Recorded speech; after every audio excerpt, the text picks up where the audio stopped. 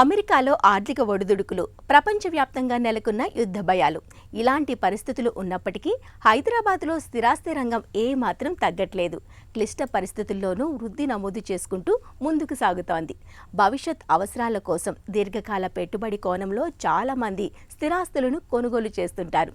ఇలాంటి వారు ఇంటిని కొనుగోలు చేయడానికి మంచి తరుణమని చెబుతున్నారు.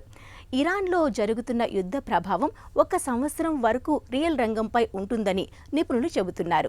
నిర్మాణ రంగ సామాగ్రి ధరలు పెరగడానికి అవకాశం ఉంటుంది. ఇప్పటికే సిమెంట్, స్టీల్ ధరలు పెరిగాయి. సొంతిల్లు లేని వారు ఇప్పటికే గృహప్రవేశానికి సిద్ధంగా ఉన్న ఇళ్లను కొనుగోలు చేయడం ద్వారా మీ బడ్జెట్లో సొంతం చేసుకోవచ్చు అంటున్నారు నిపుణులు. ఇళ్ల ధరలు బేరమాడే సమయం ఇదని, అవకాశాన్ని చేజార్చుకోవద్దని నిపుణులు చెబుతున్నారు.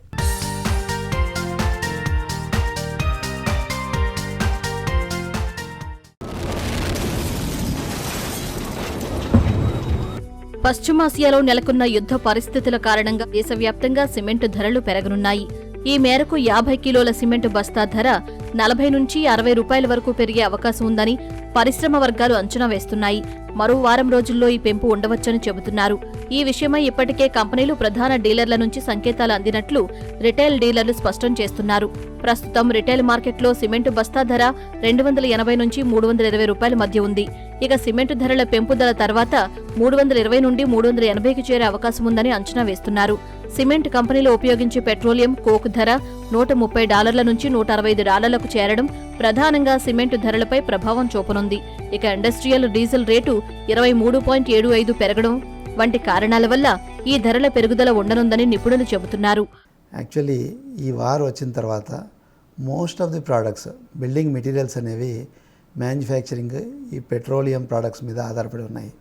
So almost last 1 month, more than 1.5 month నుంచి ఎవ్రీ మెటీరియల్, కన్స్ట్రక్షన్కి సంబంధించిన ప్రతి మెటీరియల్ ఆల్మోస్ట్ 10% నుంచి కొన్ని మెటీరియల్ 30% కూడా పెరిగాయి. సో ఈ పెరిగిన కన్స్ట్రక్షన్ మెటీరియల్ రేట్ల వల్ల కన్స్ట్రక్షన్ కాస్ట్ అనేది ప్రతి బిల్డర్కి, ప్రతి నిర్మాణదారుడికి పెరుగుతుంది. పెరగడం అనేది ఇంపాక్ట్ చాలా దారుణంగా ఉంది ఇండస్ట్రీ మీద. అండ్ ఇది ఈ రోజుతో ఆగేది కూడా ఏమీ కాదు.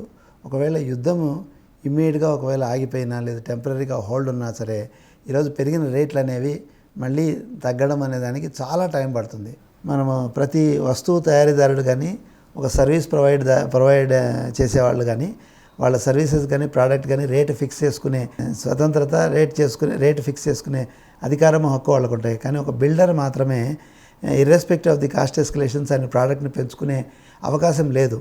బికాజ్ కస్టమర్ ఏ రేట్లో అయితే కొనుక్కున్నాడో అదే రేట్లో ఇవ్వాల్సి ఉంటుంది. ఒక రైతు కదా తను పండించే పంటకి రేటు తను ఎలా ఫిక్స్ చేసుకోవడం, మధ్యలో ఎవరెవరో ఫిక్స్ చేస్తారో, అలానే బిల్డర్స్ కూడా I think I can relate them with farmer selling their produce. మామూలుగా ఏ ఇండస్ట్రీలో అయినా ఎక్కడైనా సరే మీకు ఇమ్మీడియట్గా రేట్స్ ఫ్లక్చుయేషన్ అనేది ఉంటే, ఇప్పుడు మేము కొనుక్కునే మెటీరియలే కాస్ట్ పెరిగింది అని చెప్పేసి రేట్లు పెంచుతున్నారు. కానీ ఒక కన్స్ట్రక్షన్లో ఒక బిల్డర్ మాత్రమే కస్టమర్కు అగ్రి అయిన రేటు ప్రకారము ఎస్కలేషన్ క్లాజ్ అంటూ ఏమీ ఉండదు. ఎటువంటి అన్ఫోర్సీన్ సిచ్యుయేషన్స్ ఎదురైనా, ఎటువంటి కాస్ట్ ఎస్కలేషన్స్ వచ్చినా కస్టమర్కి కమిట్ అయిన రేట్కే డెలివరీ చేసి ఇల్లు ఇవ్వాల్సిన బాధ్యత బిల్డర్ల మీద ఉంటుంది. కాబట్టి ఈ ఇంపాక్ట్ అనేది, ఈ కాస్ట్ ఎస్కలేషన్, కాస్ట్ పెరుగుదల అనేది కేవలం బిల్డర్ మీద మాత్రమే పడుతుంది. మిగతా వేరే ఇండస్ట్రీస్లో అలా కాదు. ఇప్పుడు ఫర్ ఎగ్జాంపుల్ మేమే కొంటున్నాము, మేము డోర్ కొంటున్నాము, విండో కొంటున్నాము, సిమెంట్ కొంటున్నాము, స్టీల్ కొంటున్నాము, ఎలక్ట్రికల్, డిఫరెంట్ మెటీరియల్స్, వేల ఐటమ్స్ కన్స్ట్రక్షన్లో పార్ట్ ఉంటాయి. ప్రతి ఐటము ఆల్రెడీ ప్రతి వెండర్, ప్రతి సప్లయర్ మాకు రేట్స్ పెంచేశాడు. బయర్స్ హౌస్ కొనుగోలు చేయాలి అనుకునే వాళ్ళు ఎవరైనా సరే, నేను చేసే రిక్వెస్ట్ ఏంటంటే, హౌస్ అనేది we don't buy for a immediate use అండి.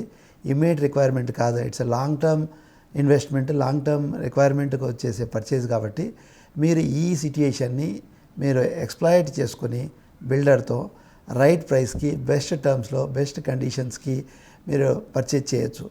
హౌస్ అనేది irrespective of the conditions throughout 365 days purchases అనేవాళ్ళు ఉంటూనే ఉంటారు. సో మీ సెలెక్షన్ని పోస్ట్పోన్ చేసుకోకుండా ఇటువంటి సిట్యుయేషన్లో మీరు బిల్డర్తో మంచిగా నెగోషియేట్ చేసుకొని ఇల్లు కొనుక్కోవడం చాలా ఉత్తమమైన మార్గము. ఫర్ ఎవ్రీ హోమ్ బయర్కి దీన్ని మించిన రైట్ ఆపర్చునిటీ, రైట్ టైము అతి సమీప భవిష్యత్తులో అయితే రాదు అనేది నా ఉద్దేశం. ఈరోజు బిల్డర్లు ఎవరైతే ప్రాజెక్టులు కంప్లీట్ చేసి almost ready to hand over అటువంటి ప్రాజెక్ట్స్ మీద ఈ వార్ వల్ల వచ్చిన కాస్ట్ ఎస్కలేషన్ ఇంపాక్ట్ ఉండదండి. సో బిల్డర్స్ కూడా ఆ ఇన్వెంటరీని డిస్పోజ్ చేసేయాలని ప్రయత్నం చేస్తారు కాబట్టి మీరు you can get the best product at a very reasonable rate. కానీ ఇప్పుడు కన్స్ట్రక్షన్లో ఉన్నవి కానీ కన్స్ట్రక్షన్ స్టార్ట్ చేయబోయే వాటి మీద కానీ కంపల్సరీ ఈ కాస్ట్ ఎస్కలేషన్ అనే ఇంపాక్ట్ ఉంటుంది కాబట్టి బిల్డర్లు కూడా ఈరోజు అమ్మే రేటుకి ఇవ్వలేని పరిస్థితి ఉంటుంది. కానీ ఆల్రెడీ కమిట్ అయిన వాటి మీద ఏమీ పెరుగుదల ఉండదు కాబట్టి వాళ్ళు అదృష్టవంతులే. And ready to occupy houses కొనుక్కోవడం కూడా ఉత్తమమైన నిర్ణయం, చాలా మంచి నిర్ణయం. అంతర్జాతీయ భౌగోళిక రాజకీయ ఉద్రిక్తతల కారణంగా ముడి చమురు మరియు ఇంధన ధరలు ఆకాశాన్ని అంటుతూ ఉండడంతో దేశీయంగా సిమెంట్ ధరలు పెంచాల్సి వస్తుందని కంపెనీలు చెబుతున్నాయి. గత 15 రోజుల్లోనే అంతర్జాతీయ మార్కెట్లో ముడి చమురు ధర 39% మరియు పెట్ కోక్ ధరలు 18% మేర పెరగడం సిమెంటు తయారీదారులపై తీవ్ర ప్రభావాన్ని మోపుతోంది. సిమెంట్ ఉత్పత్తిలో ఇంధనం మరియు రవాణా ఖర్చులు కీలక పాత్ర పోషిస్తాయి. కాబట్టి ఈ పెరుగుదల నేరుగా వినియోగదారునిపై పడనుంది. నష్టాలను అధిగమించేందుకు మరియు ఉత్పత్తి వ్యయాన్ని సమన్వయం చేసుకునేందుకు కంపెనీలు సిమెంట్ బస్తాపై కనీసం 60 వరకు ధర పెంచాల్సిన అవసరం ఉందని కంపెనీలు స్పష్టం చేస్తున్నాయి. ఇదే సమయంలో స్టీల్ ధరలు కూడా భారీగా పెరుగుతున్నాయని అంచనా వేస్తున్నారు. స్టీల్ టన్ను 2000 నుంచి 3000 రూపాయల వరకు పెరిగే ఛాన్స్ ఉండనుందని, సిమెంట్ స్టీల్ ధరల పెంపు నిర్మాణ రంగంపై తీవ్ర ప్రభావం చూపనుందని నిపుణులు అంచనా వేస్తున్నారు.